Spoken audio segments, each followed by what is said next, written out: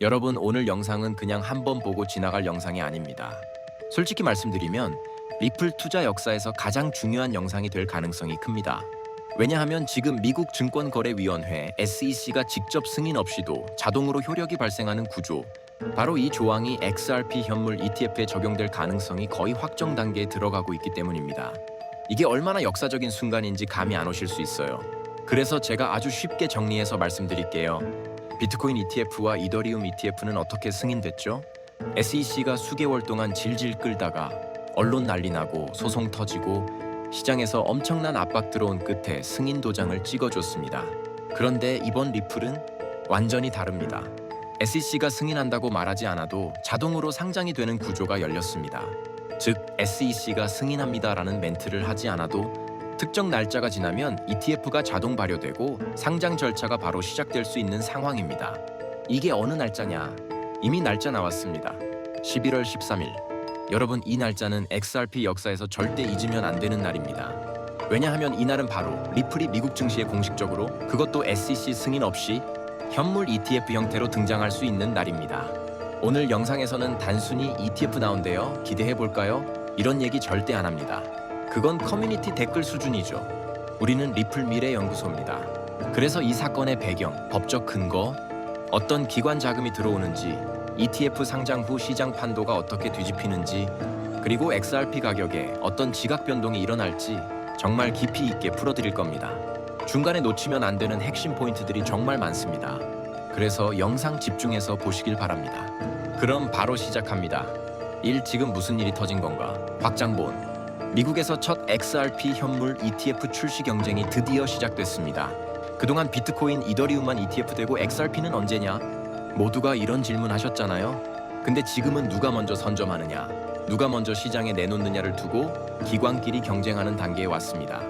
현재 S1 서류를 제출하거나 수정 제출한 곳은 이 세 곳입니다.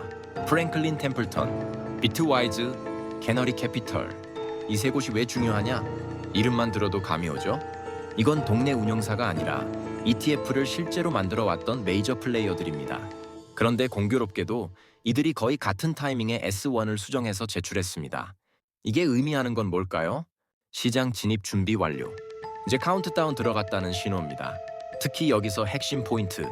프랭클린 템플턴이 S1 개정안에 파라 조항을 반영했습니다.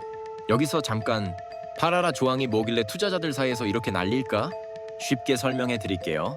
보통 ETF는 SEC가 승인이라는 스탬프를 찍어줘야 정식 출시가 가능합니다. 근데 파라 조항이 들어가면 상황이 바뀝니다. SEC가 승인 의사를 밝히지 않아도 일정 시간이 지나면 자동으로 효력이 발생합니다. 이게 무슨 뜻이냐면요, SEC가 반대하지 않는 한 그냥 시간이 지나면 상장 준비가 끝나버리는 구조예요. 예를 들어 기존 방식 SEC가 그래, 승인해줄게 해야 상장. 이번 방식 SEC가 아무 말도 안 하면 자동 상장. 완전히 판이 다릅니다.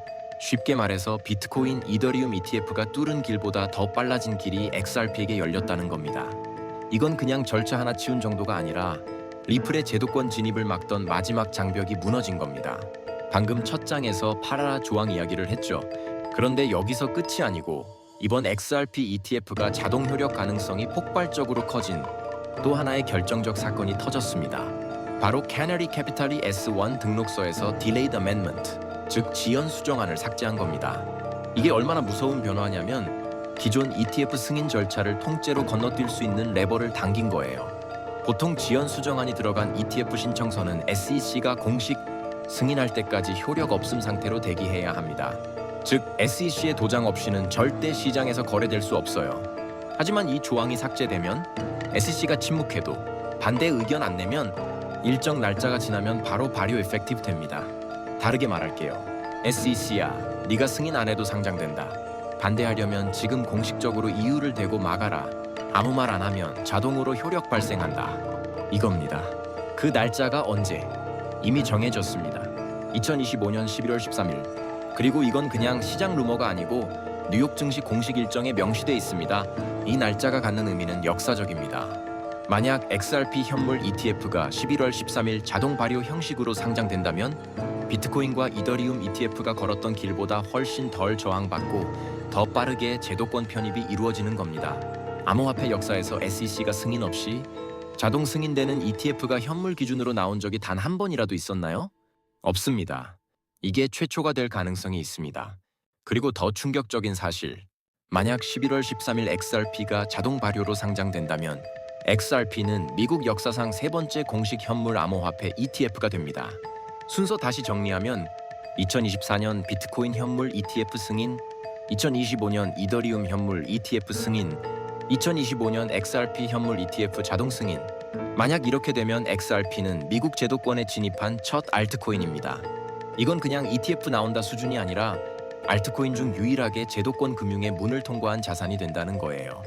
이 지점에서 이미 많은 기관 투자자들이 XRP를 더 이상 코인이 아니라 금융상품으로 보기 시작했습니다.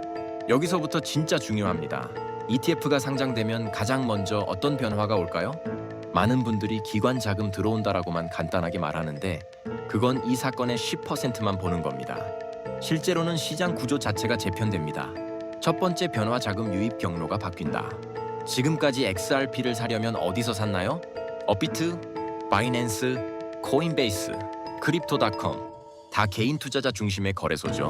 하지만 ETF가 나오면 XRP에 들어오는 자금의 성격이 완전히 갈아엎어집니다. 기존 개인 투자자 중심, ETF 이후 기관 자금 중심. 이건 코인의 성질이 바뀌는 수준입니다. 나스닥 상장 ETF는 들어오는 돈의 무게가 완전히 다릅니다. ETF를 통해 XRP를 매수하게 될 주체들을 보세요. 연기금, 국민연금 수준의 거대 자금, 헤지펀드, 대형 자산운용사, 패밀리오피스 초보 유층 가문자산, 보험사와 은행, 리테일 브로커리지 로빈후드, 찰스 슈왑 등 이 중 단 하나만 들어와도 시장 판도 바뀝니다. 예를 들어 미국 교사연금 TIA나 캘리포니아 공무원, 연금 캘퍼스 같은 곳이 0.1%만 XRP ETF에 배분해도 XRP 시장 규모 기준 가격 두 자릿수 상승 트리거됩니다. 두 번째 변화, 수요는 늘고 공급은 줄어드는 구조가 발생한다. ETF가 나오면 XRP를 실물로 직접 사서 ETF가 보관해야 합니다. 이걸 크리에이션 메커니즘, 즉 ETF 생성 메커니즘이라고 합니다. 즉 ETF 한 주 발행하려면 그만큼의 XRP를 실물로 묶어야 한다는 거예요.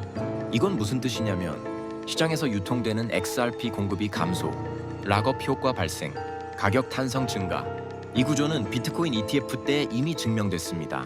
14일 만에 비트코인 ETF로 유입된 자금 약 18조 원, 그 결과 비트코인 가격 사상 최고가 돌파. ETF는 유통 물량을 줄여서 희소성이 생기게 만드는 반감 기급 촉매입니다. XRP는 토큰 메커니즘상 더 빨리 가격에 반영될 가능성 큽니다. 세 번째 변화, 이미 리플과 연결된 기관들이 평균 단가를 맞추러 들어온다. 여기서 로또급 포인트 하나 짚고 갈게요. 블랙록과 프랭클린 템플턴은 이미 리플과 협력 중입니다. 이 기관들이 ETF 출시되기 전에 한 일을 여러분은 아셔야 합니다. 어떤 기관이든 ETF 출시 전에 미리 매집합니다. 이건 ETF 출시 공식 전략이에요. 지금 시장이 조용한 이유, 기관이 매집 중일 때는 절대 시끄럽게 안 움직입니다. 조용히 티 안 나게 계좌 분산해서 담습니다. ETF 뜨는 순간 자금 매수세 들어오고 가격 띄우고 언론 기사 쏟아지고 뒤늦은 개미들 몰리기 시작합니다. 근데 그때는 이미 기관은 수익 구간에 진입한 뒤입니다. 이걸 이해하면 왜 지금 조용한 상승 전야인지 감이 올 거예요.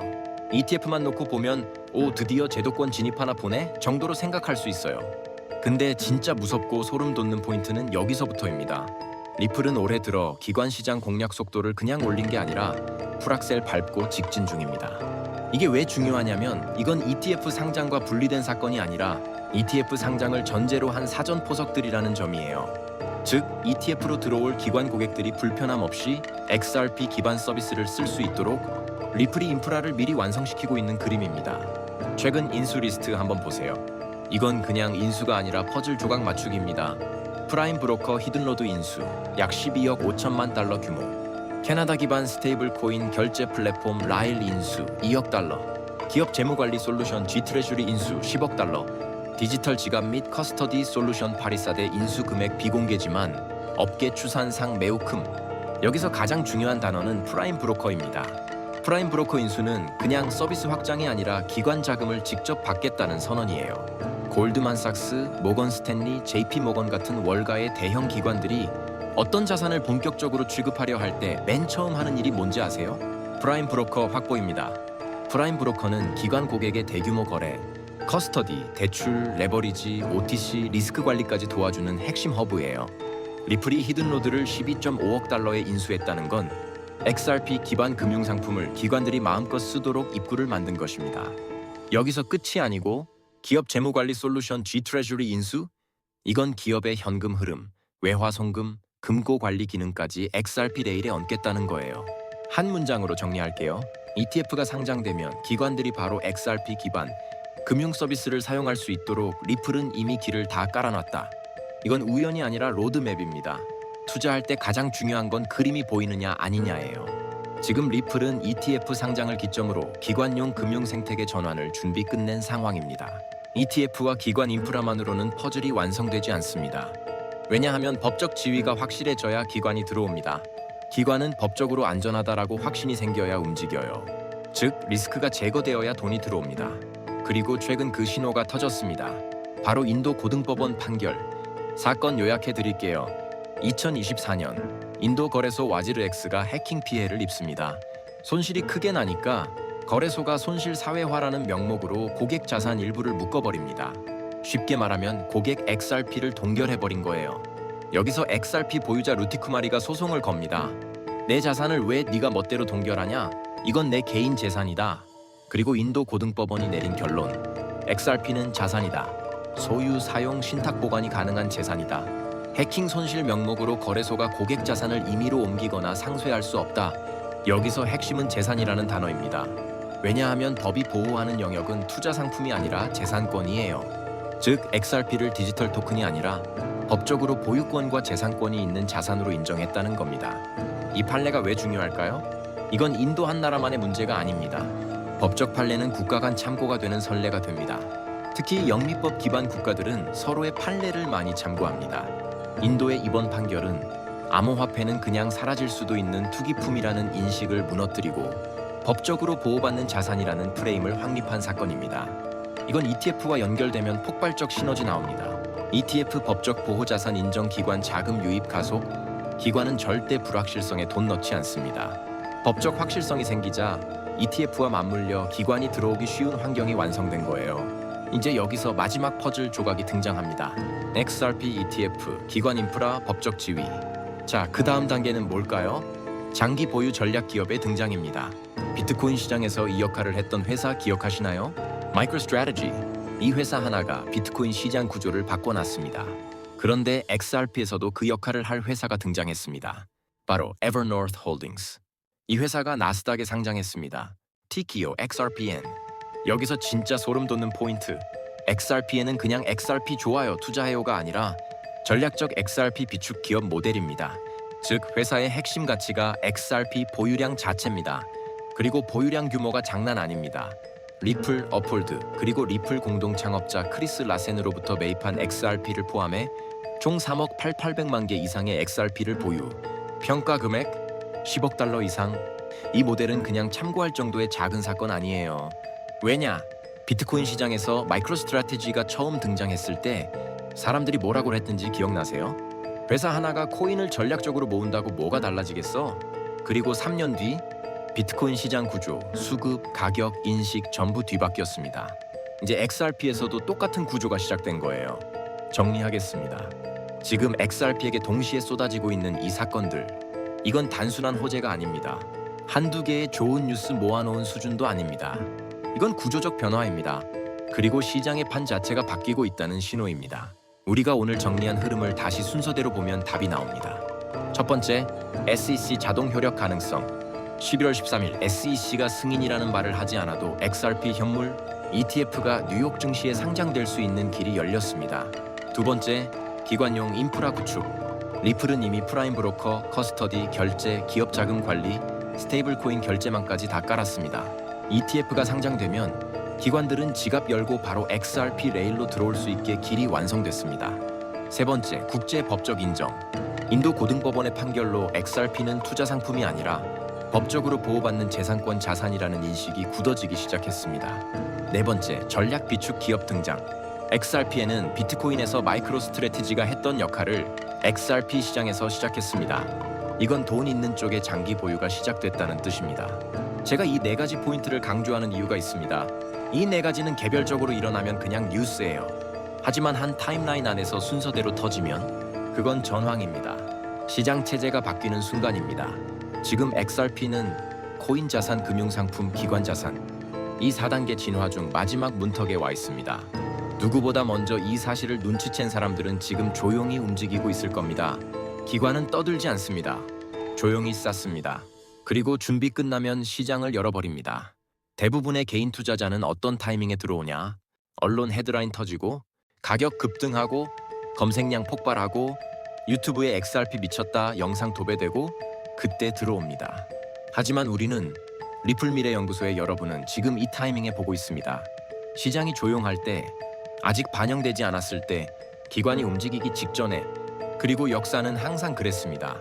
조용할 때 공부한 사람, 남들 관심 없을 때 관찰한 사람, 정보의 구조를 이해한 사람이 결과를 가져갑니다. XRP는 지금 기대해볼까? 단계가 아닙니다. 이미 판이 짜였고 수순이 진행 중입니다. 이제 남은 건 시간 그리고 실행입니다. 오늘 영상이 단순히 좋은 정보였다로 끝나지 않으면 좋겠습니다. 여러분이 오늘 들은 내용은 앞으로 다가올 XRP의 큰 움직임을 미리 이해하고 준비하기 위한 반읽기의 핵심이었습니다. 이 영상이 가치 있었다면 구독과 좋아요는 저에게도 힘이 되지만 무엇보다 여러분께 다음 흐름을 놓치지 않을 수 있는 티켓이 될 겁니다. 저는 리플 미래연구소였습니다. 이건 우연일까요? 절대 아니죠. ETF 상장, 기관 서비스 인프라 구축, 법적 보호 자산 인정, 전략 비축 기업 등장, 완벽한 순서, 설계된 시나리오입니다.